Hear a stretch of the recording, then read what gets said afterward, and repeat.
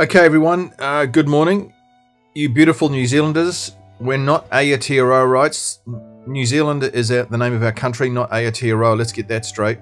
Okay, so the big news at the moment is that Maori wants to establish its own parliament. So let's just examine this and go through it. Here is a video that they play. Thousands took to the streets on Thursday protesting the government's perceived assault on Maori and the Treaty of Waitangi. Okay, so here we go. So this video starts off by saying that thousands took to the street. You know what? 99.999% of the people on this protest would have no idea what the treaty says, no idea about New Zealand's history, and they are being driven along by their leaders. And even the leaders have very little idea about New Zealand's history, about the treaty. And really, this whole thing has been driven by a very small number of activists, and particularly it's been driven by politicians who are ignorant inside Parliament, who are giving an opening to this kind of thing, and have been this has been going on since 1975. So I'm talking about Chris Finlayson, Doug Graham, I'm talking about Jim Bolger, John Key, and now Chris Luxon. And so ultimately, politicians are responsible for this mess that we're in. This kako is about, actually, the government's been making a lot of decisions on our behalf. They're not... Okay, so the government's been making a lot of decisions on our behalf. Well, this lady doesn't realise that we're in a democracy here, and that last year, 2023, we had an election and people were voted into power. And if you're part of a democracy, which this lady is, then you have to accept the decisions that are made by that group that was voted in by the majority. That is what a democracy is all about. But Jackie doesn't understand that. And she thinks that government is all about Maori, and it should be all about Maori, and it's all about Maori, and they're the only ones that matter. But she doesn't understand how democracy works. So that's the first thing. To anything that evidence that people are giving them or feedback that any of us are giving them. The government considers all the research. The government considers all the angles. That's why you have a select committee. That's why you have debating chambers, because you want to debate all the angles on every issue. But Jackie doesn't understand that. So here's the next guy. It's not just about Maori. It's about anyone struggling. You know, anyone stuck at the bottom of life in the gutter looking up, thinking life's impossible. You know, all these issues, housing, justice, health, all these things affect everybody.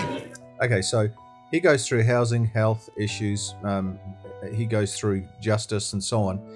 Once again, the democratically elected government has been put in charge to consider all those issues that he just mentioned, and they're governing the country, doing their best for the people in New Zealand, and we voted them in. So he doesn't understand that either. Protesters say they are making a stand against the government. What's happening within the government just isn't working for us as a people. Yeah. Okay, what's happening in the government is just not working for us. Well, I guess there's a lot of groups in New Zealand who could say that. We have the farmers who would say that. We have the pharmaceutical people. We have the people who need cancer drugs. We have the people are not getting proper hospital treatment. There are when you run a democracy, there are a lot of areas where there is going to be some dissatisfaction. People's needs are not going to be met, but the government does its best with everybody's needs and considers all the people in New Zealand, which is how it should be. The partnership. It seems like our government wants to sever the partnership that we've had with previous governments. Okay, so he's now talking about the partnership myth, that when the treaty was signed, that a partnership was entered into between Maori and the Crown or the British government, and that is a complete myth. And now I have put in the description of this video a brilliant article by a district court judge, Anthony Willy, about how the government has come to the conclusion that the treaty is a partnership, and how wrong it is, and how Chris Luxon believes this, and all the National Party believe that the treaty is a partnership between Maori and the Crown. And it's definitely not. And Judge Willy unpicks that argument and does a brilliant job. So I'm going to put that in the description. It is an absolute must read. So when the government, see how the government is creating a problem here. When the government says that it's a partnership, and Chris Luxon says it's a partnership, and others have said it's a partnership, then this is the result. You get these people protesting. So the government is reaping what it has sown here. We're mobilised. We're ready. Yep, and we're not going to take whatever they're throwing at us lying down. It's not. Okay, we're not going to take whatever they throw at us lying down. What does he mean by that? Well, think of all the things that he's standing on a road that was paid for by the government. He's wearing clothes that are European clothes. He's probably he's getting hospital treatment if he wants it. He's getting education for his children. He's getting bridges, infrastructure. He's probably some of his family are getting support from the government. All of this is being provided by the government, and he's saying we're just going to reject all this stuff that they're throwing at us. Well, why don't you do this? Why don't you stop taking everything from the government? Why don't all Maori stop taking any benefit from the government? Stop all Waitangi Tribunal payouts.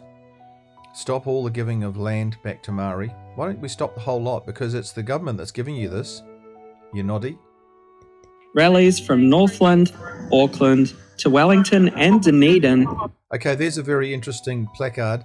Pākehā for Titariti. Well, I'm actually for Titariti, and there's a whole lot of us who are for Titariti. By that we mean this, that if we got back to the original meaning and intent of the Treaty of Waitangi, we would have a beautiful country. Did you know that?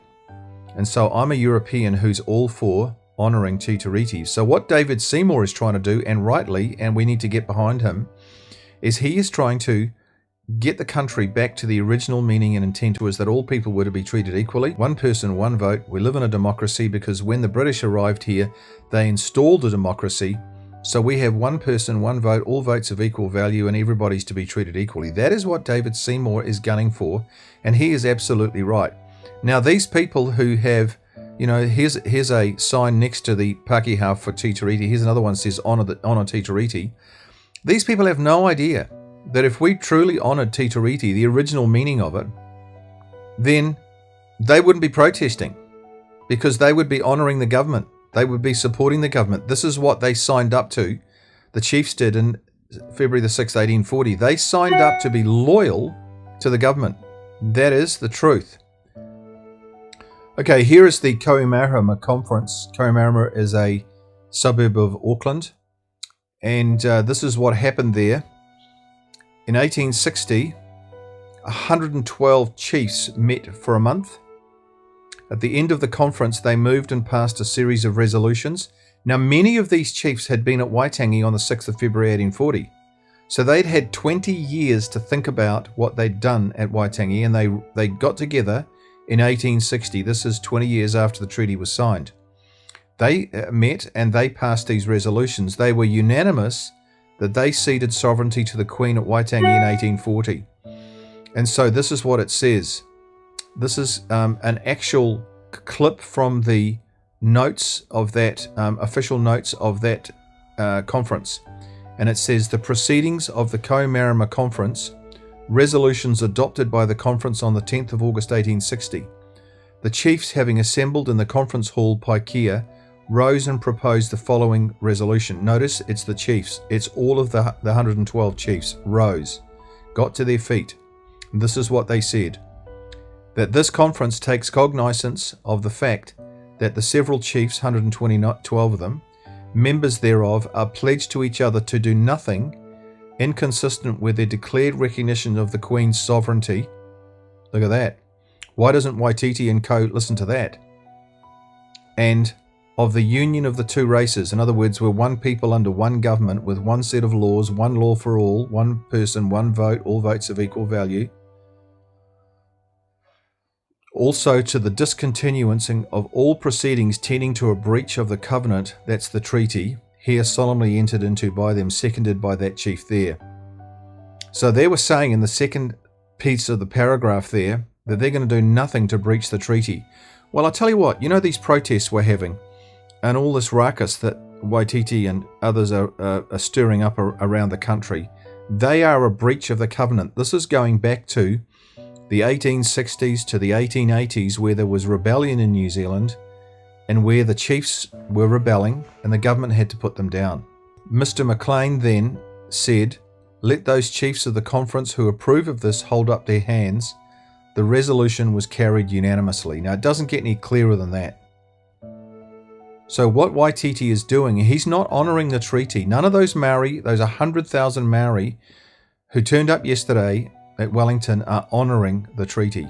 In fact, what they're doing is they are trashing their elders who signed the treaty on the 6th of February 1840. They are dishonouring them, they are dishonouring the treaty, and they are dishonouring the rest of New Zealanders who have to put up with this rebellion, this breach of the treaty, because that's the reality. This is a huge breach of the treaty. This is treason. Nothing less than treason. And it should be dealt with by Luxon and Co. as treason. Nothing less. It's an assault on the government. So what we have here is we have a rerun of the 1860s, 70s and 80s rebellion of Maori against the colonial government, which Saraparananata said was treason, was rebellion, and that Maori have nothing to complain about.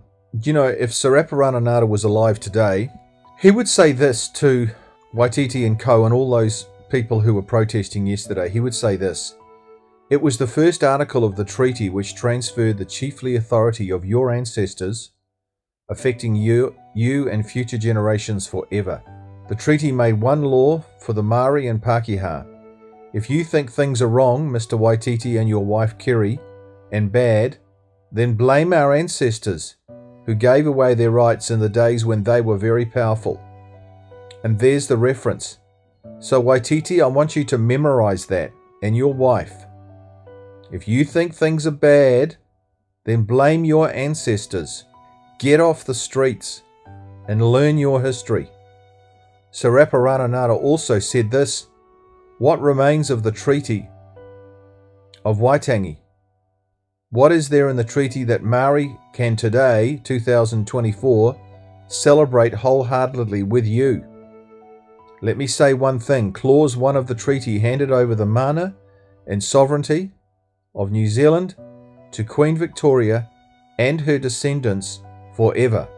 Now, her descendants are parliamentarians who stand in a line from democracy that was established in 1840 right till 2024. He is saying, honour those descendants, honour the government, do not rebel against it, which is what you are doing, Waititi.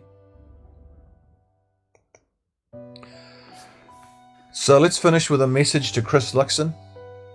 Chris, we would say this: successive governments have created this problem. It's not all you're doing. But you know what? Don't keep it going, mate. Your term in office is an opportunity to restore democracy. What does that mean? Well, abolish the Maori seats. Over 30% of MPs are Maori, and only 17% of the population are Maori, so they're doubly overrepresented. We don't need them anymore, and they're now become undemocratic. Disestablish the Waitangi Tribunal. It's past its use-by date. Stop Maori wards. They are undemocratic. Remove all race-based legislation.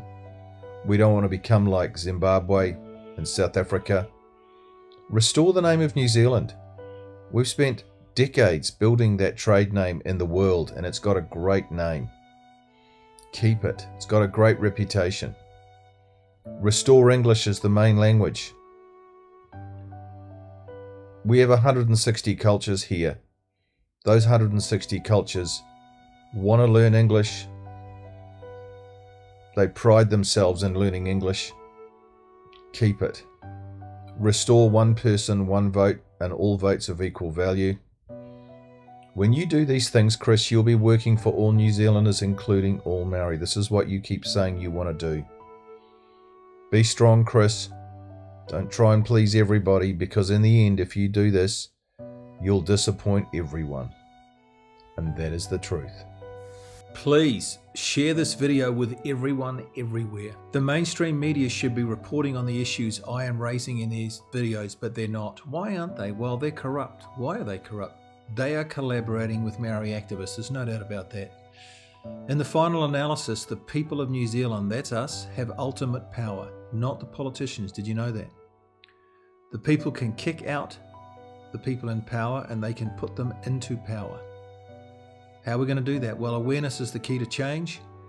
If enough people in New Zealand become aware of the issues I am raising, we can save this beautiful country. So share these videos everywhere so that come the next election, we can vote the right people in and kick out the people who are destroying New Zealand.